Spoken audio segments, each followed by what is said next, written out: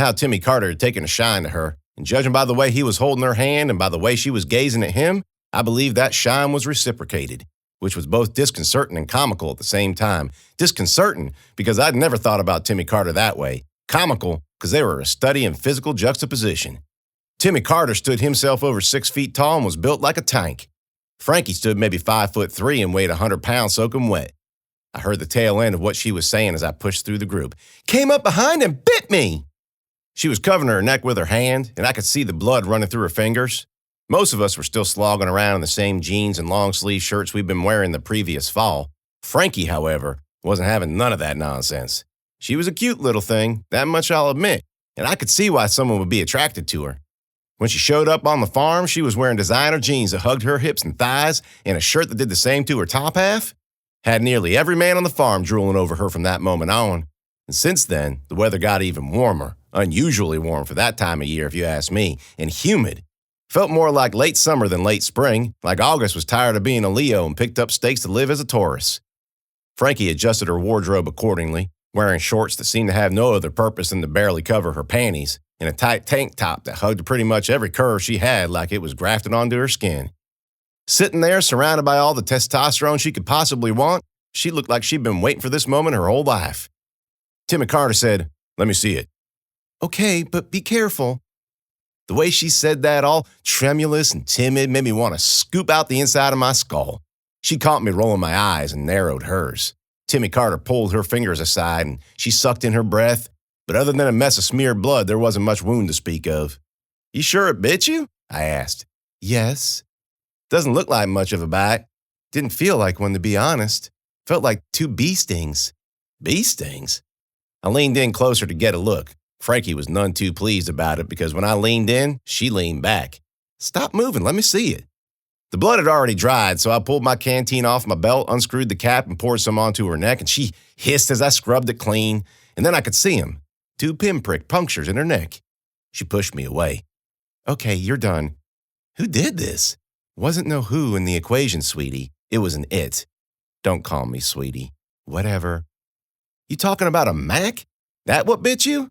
"Is that what you call them? Macks?" "Yeah." "Okay, well, yeah, it was a Mack. But it was worse than I'd ever seen one before. Skinny and drawn, emaciated. Emaciated means, I know what emaciated means. Where did this happen?" "I don't know. Out in the field." "Which field? Where?"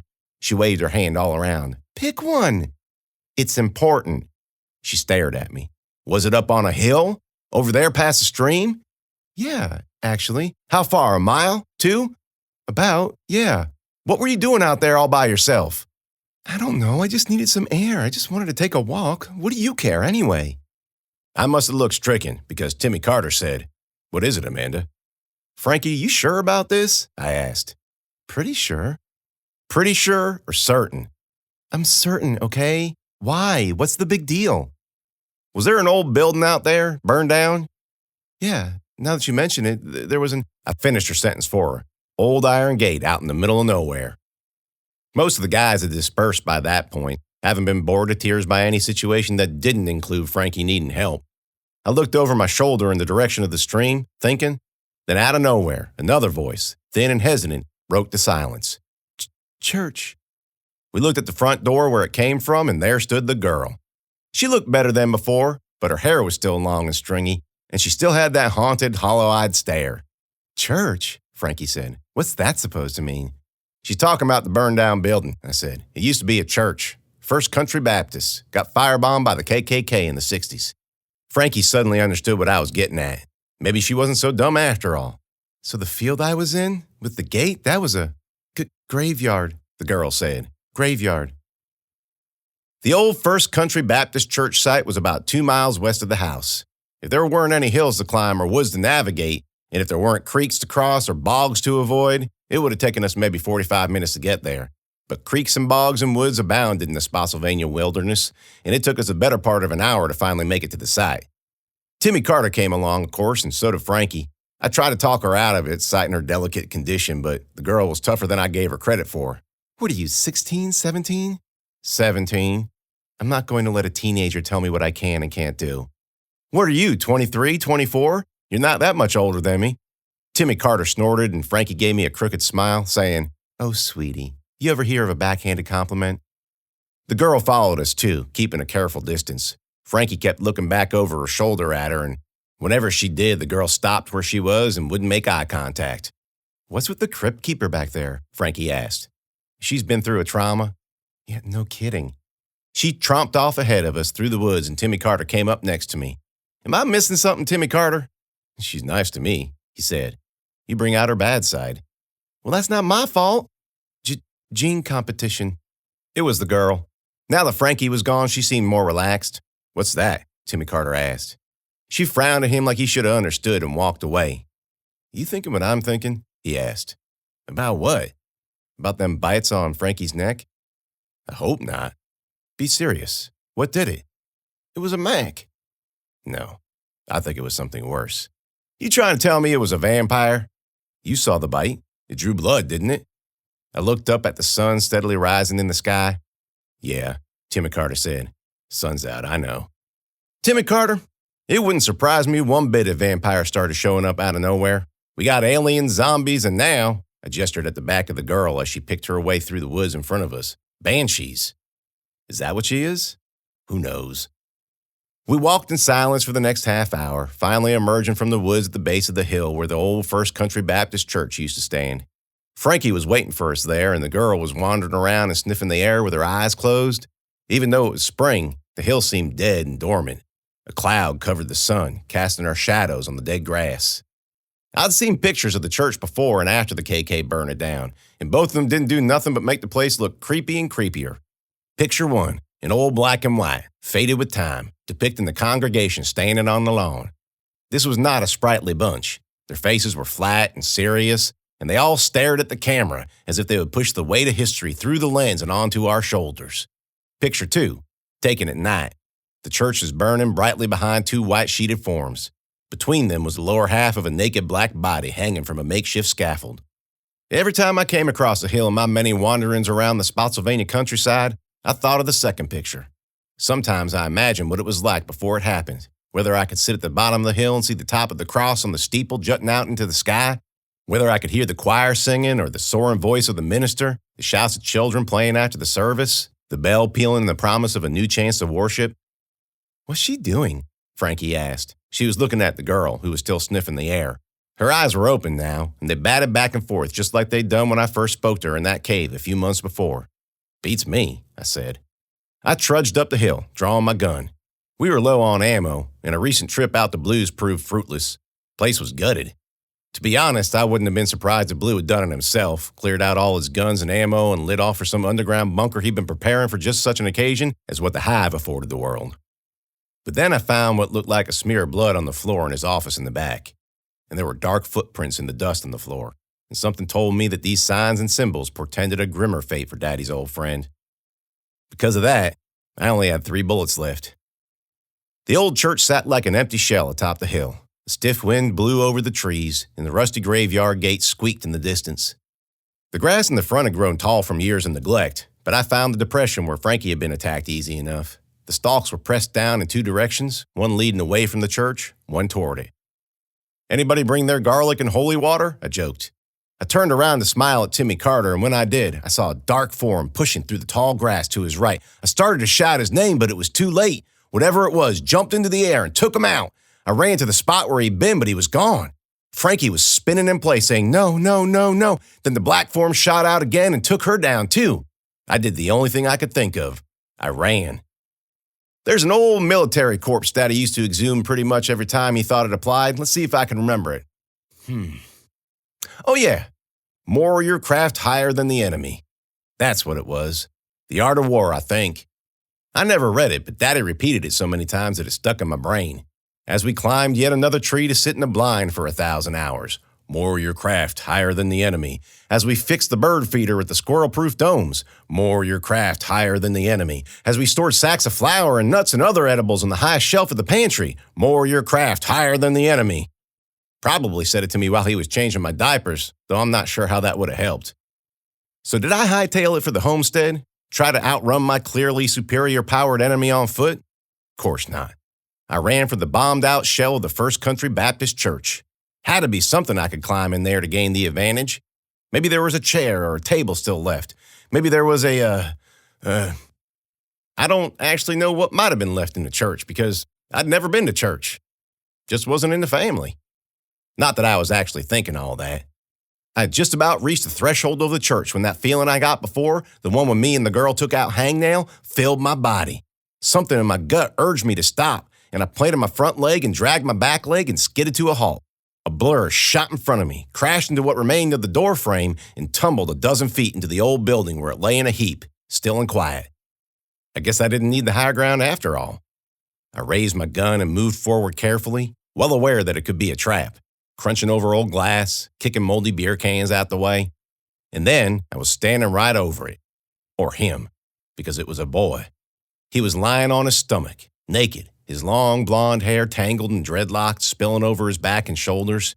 I nudged one dirty calf with the toe of my boot, but he didn't move. "Hey, get up!" He didn't. I heard something scrape behind me and I whirled around, gun out, but it was just a crow, skittering around in the debris. "Get out of here, old man," I snapped. And when I turned back around, the blonde boy was on his feet, already lunging for me, arms out. I fired off 2 shots and he hit me and my gun went flying and both of us went down.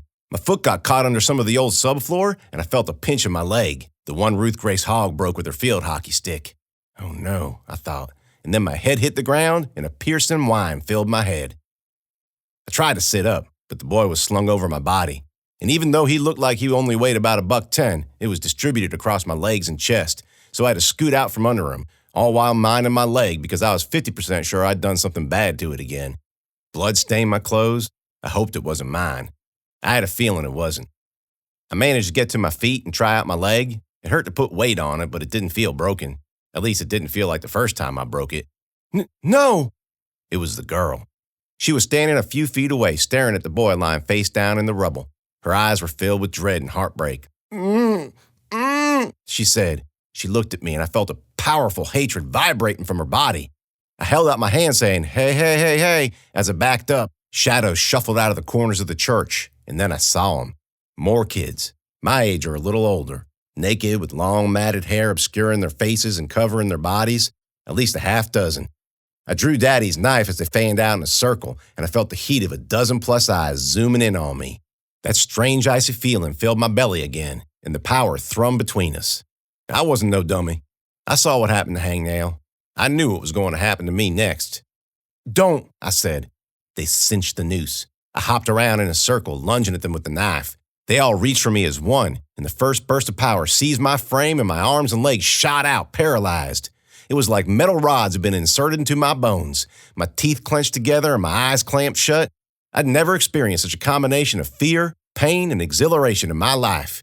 Another jolt shot through me, and my arms flew down to my sides, ramming into my thighs, and something popped in my front pocket, followed by a metallic tinkling sound, and I thought, "Daddy's BBs." Then I thought, that's a stupid last thought to have. I waited for the end, for the energy to swell inside of me and to burn me to a crisp. And I waited, and waited, and waited. Slowly, I realized that the metal rods were no longer holding my arms, and that the power, the pain, and the adrenaline were gone. I thought, wait a minute, why aren't I dead yet? I opened my eyes. I was standing on the ground, safe and sound, and when I looked around me, remember when I told you about the stupidest thing I ever heard? This was even stupider. All them Macks, because that's what they were. I knew it now. Macks straight from the belly of the Hive itself. Maybe not evil Macks. Maybe not even the kind that we hunted down and killed, piled up and burned last fall. But Macks of a kind. There were all of them staring at Daddy's BBs that had spilled out of my pant leg and spread all over the ground. They were whispering to themselves. I cocked my head, straining to hear what they were saying. 45, 48, 51, 54. Holy moly. They were counting. Counting the BBs.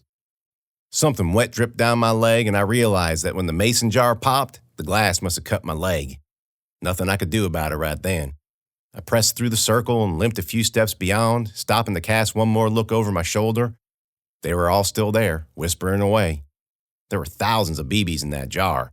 At the rate they were going, it would take forever to count them all. I found Frankie crumpled up in a ball on the slope of the hill. Timmy Carter was all the way down at the bottom. They were both out cold, but only Timmy Carter came around when I tried to wake him up. "You okay, Timmy Carter?" He sat up and checked his arms and legs and torso. "Head hurts." "I bet. That little devil kicked a field goal with you." "Frankie, is she?" "She's fine. She's right over there." She's still knocked out, but she's okay. You're bleeding, he said, pointing at my leg. Yeah, I'm fine, though. Timmy Carter insisted on picking Frankie up and getting her off the hill. In fact, I think he intended to carry her all the way back to the house himself, but his knees buckled when he reached the bottom of the slope, and I said, "Whoa there, Timmy Carter. You better put her down. She's hurt. She's going to be a lot more hurt if you drop her." He set her gently down in the grass and brushed her hair out of her eyes. "You kill it? Them. You kill them?" "No." "Why not?" "Didn't need to." Timmy Carter had this way of substituting silence for talking. It was a special talent, at least for someone like me. Chances were he didn't mean anything by it half the time. He was just a quiet person, but I could tell he was irritated with me. Probably felt like I was being coy. A breeze kicked up, stirring the tall grass, and I heard a bang in the distance from the direction of the church. "Let's get Frankie back to the house. I'll tell you all about it on the way back. I'll take the bottom and you take the top." Took twice as long to get home as it did to get out there. Turns out carrying a 110-pound woman between the two of us wasn't as easy as I thought. I'm 1,000% sure that Frankie's legs weighed 50 times more than her upper body. It's all about weight distribution, and Frankie had herself some powerful kickers. My leg ached with each step, and the last thing I wanted to do was carry someone through the woods, up and down hills, and across creeks for 2 miles. Still, I couldn't make Timmy Carter do it alone. He looked about as pale as a reaper, and we had to stop several times to give him a rest. Looked like he caught himself a case of the concussions. I went back out to First Country Baptist later that evening. The girl and all her friends were gone, and tell you the truth, I was a little disappointed.